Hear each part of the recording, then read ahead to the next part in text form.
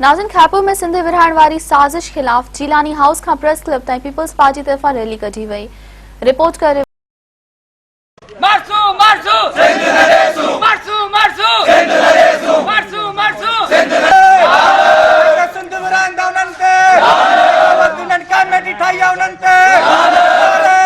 सिंध विरहाइण वारी साजिश ऐं कराची कमेटी खिलाफ पीपल्स पार्टी मदर विंग सपा व यूथ विंग तरफा जीलानी हाउस खां प्रेस क्लब ताईं एहतिजाजी रैली कढी। मरसू मरसू सिंध न ॾेसूं जा सख़्त नारा हया। रैली जी अॻुवाणी हाजी सलमान कटोर, अतीकुर रहमान, फुलपुर ज़ाहिद गंभीर ऐं ख़ालिद जत करे रहिया हुआ। रैली में मौजूद अॻुवाणनि जो चवणो त कराची सिंध ऐं सिंध मां जो विरहाङो कंहिं बि सूरत में क़बूल न आहे। सिंध मां जी किरोड़े माण्हू हिफ़ाज़त कंदा। उन्हनि चयो त वफ़ाक़ी सरकार जी कराची बाबति जोड़ियल कमेटी खे सिंध दुश्मन कमेटी सम्झूंदा। इन कमेटी में मुल्क दुश्मन माण्हू शामिल थियल आहिनि जेके सिंध खे टोड़ण वारी साजिश करे रहिया आहिनि। सिंध खे टोड़ण मुल्क सां गद्दारी हूंदी। सिंध सदियुनि खां क़ाइमु आहे जेका क़ाइमु रहंदी। नापाक इरादा रखंदड़ सिंध दुश्मननि खे मुंहुं टोड़ जवाब ॾींदासीं। हुननि चयो त पीटीआई सिंध दुश्मनीअ ते लही आहे। एमक्यूएम तागुई सिंध खिलाफ़ सदाईं साजिश कंदी रही आहे। वफ़ाक़ सरकार सिंध दुश्मन वफ़ाक़ी वज़ीर फरूक नसीम खां फौरी तौर ते वज़ारत वापसि वठी कराची कमेटी ख़तमु कई वञे। हलीम आदिल चए शमी फिरदौस खिलाफ़ सख़्त खां सख़्त कार्रवाई कई वञे, न त संदन घरनि जो घेराव कयो वेंदो। पंजाब में तव्हां ॾिसो छा हालत आहे,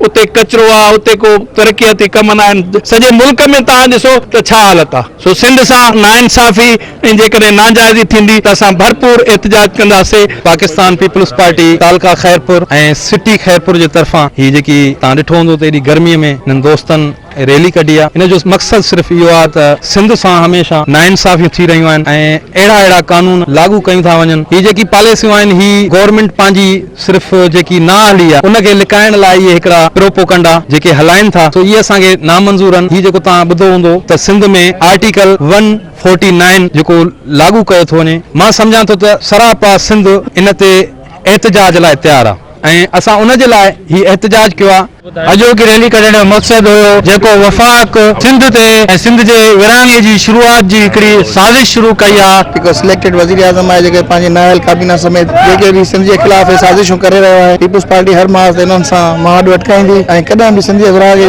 जेको बि हुननि क़दम खयो उन्हनि सां जेसिताईं सिंध जो बचो जहिड़ो आहे उसिताईं कराची सिंध खां कॾहिं बि अलॻि न थींदी। कराची सिंध आहे ऐं सिंध कराची आहे।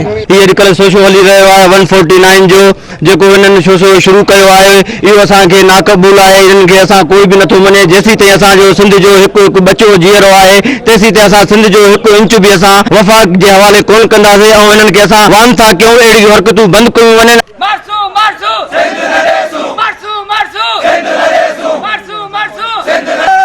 कैमरामैन जान मोहम्मद नारे गुलशेख सां गॾु वकार हुसैन मंगी, मेरा टीवी न्यूज़, खैरपुर मीर।